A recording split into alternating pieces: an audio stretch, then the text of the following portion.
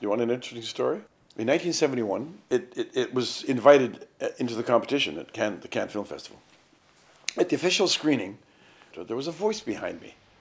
They kept saying, "Wow, wow." This music to a director's ears, all these approving noises coming. I don't care, because I'd seen the film 800 times.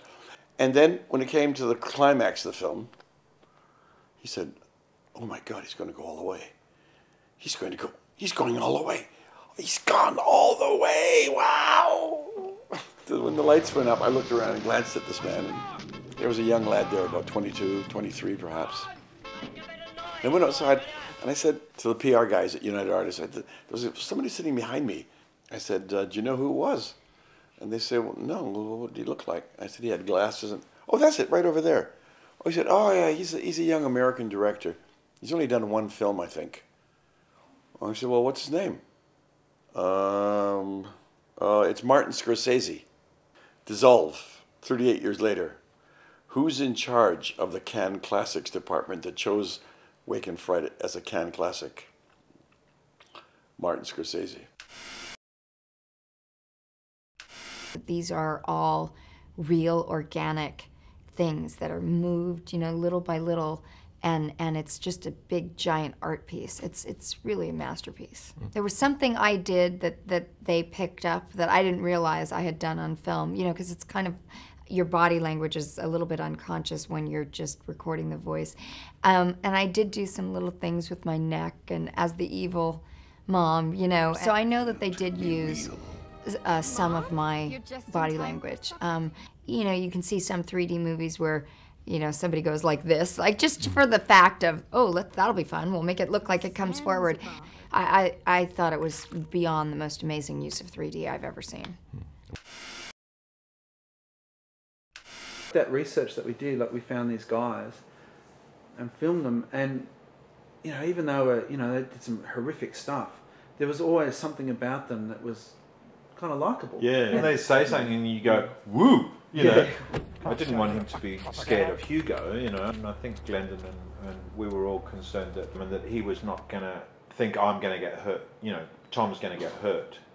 I never become the character. I mean, hopefully when the camera's on, you're seeing the world through that person's eyes, and then when you stop shooting, well, you still need to maintain the sense of, you know, yourself as a human being. I mean, I don't 100% fully inhabit a character, you know, all the time. I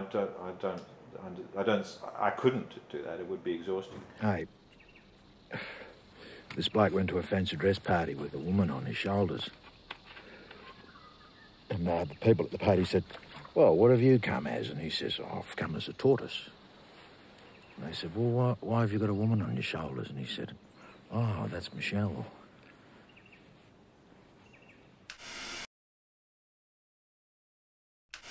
Emile Corton-Wilson's feature-length documentary Bastardy follows Jack Charles, a man entering his 60s who's been to jail heaps of times for thieving out of rich people's homes. He's a member of the Stolen Generation. He's also been in films like Chan of Jimmy Blacksmith. He's an acclaimed actor, and you know, he's a real human being. And we get to know him really well as Emile follows him for 6 years of his life, as lots of things change and he yearns not to be in jail for his 60th. Set in Melbourne, as Jack wanders the streets, both the rich suburbs as well as more the housing commission area in which he spends most of his time. Really, it's a great documentary, stylishly filmed, beautiful musical score, really worth seeking out. I give it 11.50 out of 15.50. I always make my movies to please myself. I really do, and it gives me the courage to make the ones that I make, because I think, no, I'm the audience for this movie. And I know what I think will be funny here, or surprising, or what will be very simple and moving. And I guess that's maybe an answer, which is the secret is just making sure that if it... Oh, I can't believe I just did this. I'm so sorry, Brad. Don't worry about it. You guys are being so generous. Really appreciate it. I think the healing has begun. Met the great... I was making Casper, the very first movie that cost over $100 million, which was Waterworld, was being prepared on the Universal lot, and I remember hearing that number and my jaw just dropped. And it was just 1995. And now that's, it's drop in the bucket. There's a $200 million movie, or one over there that's being made. But it's staggering. It's like small countries, gross national products. It's...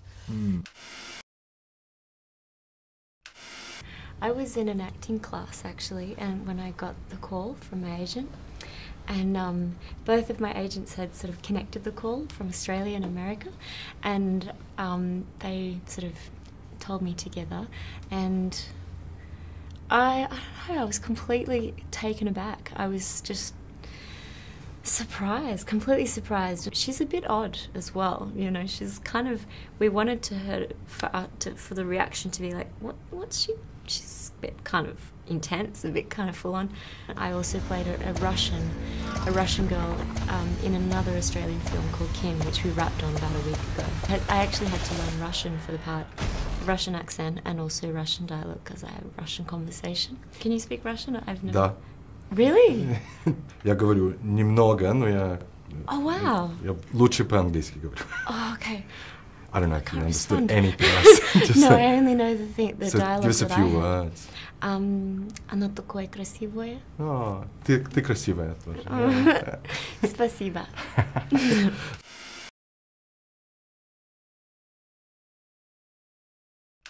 Schlocky. Yeah.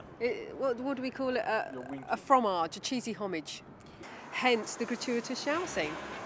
It was definitely a plan to have a lewd scene. And it just so happened that Miss Nude Australia was a great match for Stacey, as you can tell. We did lots of testing, skin tone and stuff. She's about this big. Same colour hair, same skin tone. She's about a foot shorter than Stacey. Yes, but in the shower you can't tell.